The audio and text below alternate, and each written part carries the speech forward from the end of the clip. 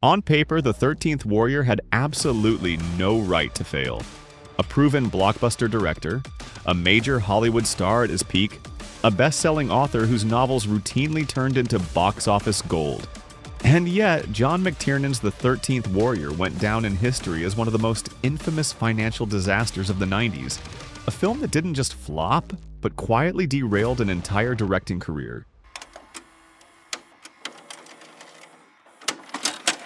After delivering Predator and Die Hard, McTiernan suddenly found himself sidelined, with serious projects drying up almost overnight. That slow collapse eventually led him to Rollerball in the early 2000s, after which his time as a major studio director was essentially over. But back in 1996, when production began under the far less marketable title Eaters of the Dead, nobody involved was losing sleep over box office projections. McTiernan was still a trusted hitmaker. Antonio Banderas was one of Hollywood's hottest leading men, and the source material came from Michael Crichton, a name studios treated like a cheat code. By that point, Crichton adaptations had already delivered Jurassic Park, Twister, Disclosure, and Westworld. In Hollywood logic, this wasn't a risk, but it was a sure thing. Ironically, that confidence would become the film's biggest problem. Thanks to his status and industry clout, Crichton, though initially attached as producer and screenwriter, was granted an extraordinary level of creative control, and he used it constantly. He inserted himself into the shoot, dictated how scenes should be staged, and, according to multiple crew members, creative disagreements occasionally escalated into physical confrontations. But since the studio had effectively handed Crichton the keys, McTiernan was forced to yield, a situation that reportedly infuriated him. As a result, many scenes were shot not the way the director envisioned them, but the way Crichton insisted they should be.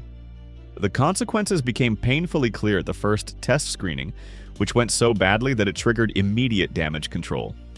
The film was re-edited, retested, and failed all over again. Audiences were bored, confused, and emotionally disconnected. With McTiernan's input no longer welcome, he completed his contractual obligations, severed ties with both Crichton and the studio, and walked away. At that point, the studio made a drastic decision: extensive reshoots with Michael Crichton himself stepping in as director. The title Eaters of the Dead was hastily abandoned in favor of The 13th Warrior. One of Crichton's first moves was to scrap Graham Revel's score, which he felt was too dark for the film. In its place, he wanted something grander and more heroic, bringing in Jerry Goldsmith. Crichton also completely reshot the ending, widely regarded as the weakest part of the theatrical cut, and replaced actress Susan Willis, who played Wendell's mother, with a younger performer. His reasoning was simple: killing an elderly woman might negatively affect audience sympathy for the heroes, and that was not a risk he was willing to take. These changes inflated the budget from roughly $85 million to around $115 million. Some reports pushed the number as high as $160 million, though producers later disputed that figure. Nat Dowd, for example, claimed the production budget was closer to $90 million, with an additional $70 million spent on marketing. A figure that normally isn't lumped into production costs, but for The 13th Warrior often is. At those numbers, the film's reputation as one of Hollywood's biggest flops becomes slightly less dramatic. The movie finally reached theaters 2 years after the studio first saw an early cut, and went on to gross $62 million worldwide.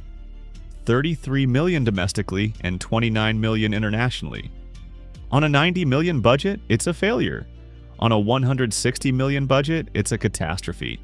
And watching the film, it certainly doesn't look like $160 million is on the screen, though Hollywood has never been particularly consistent about where money actually goes.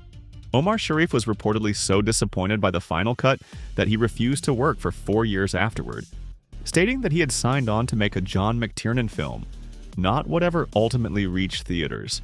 His role, which dominated the film's opening, was heavily reduced in post-production as the studio attempted to limit losses. Props from the movie were scattered across theme parks, with the Viking ship ending up at EPCOT in Walt Disney World. After The 13th Warrior, Michael Crichton never directed another film, despite having done so 7 times before, and he was never again given that level of creative authority. Still, the studio's faith in him wasn't entirely irrational. The Lost World and Twister had just hit theaters. Spielberg would never allow Crichton to interfere on The Lost World, but on Twister, where Crichton served as producer, his involvement was extensive. Ironically, the least damaged career belonged to Antonio Banderas.